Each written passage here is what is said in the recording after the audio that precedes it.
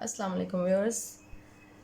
मैं हूँ आसिया इकबाल और आप मेरा चैनल देख रहे हैं वुमेंस अरीना। और आज मैं आपको बहुत अच्छी टिप देने लगी हूँ कि नेल्स जो टूटते हैं, लड़कियाँ फंक्शंस के लिए अपने नेल्स बढ़ाती हैं, लेकिन जैसे ही वो थोड़े से बढ़ते हैं तो वो कहीं ना कहीं से डैमेज होना शुरू हो जाते हैं।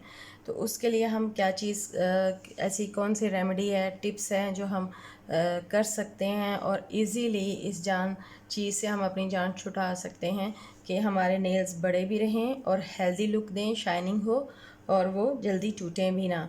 तो उसके लिए हम वक्त ज़ाया किए बिना अपनी वीडियो स्टार्ट करते हैं।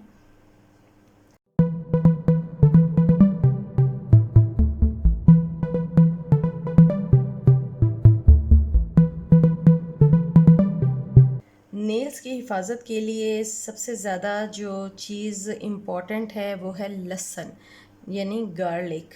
गार्लिक अगर आप छीलते हुए, लहसुन को छीलते हुए आप उसको थोड़ा सा कट करके उसका पानी अपने नेल पे लगाएं और कुछ देर बाद आप उसको वॉश कर लें तो आपके जो लहसुन के अंदर जो उसके एक्सट्रैक्ट्स हैं वो एब्ज़ॉर्ब हो जाएंगे और ये आपके नेल को मज़बूत करता है।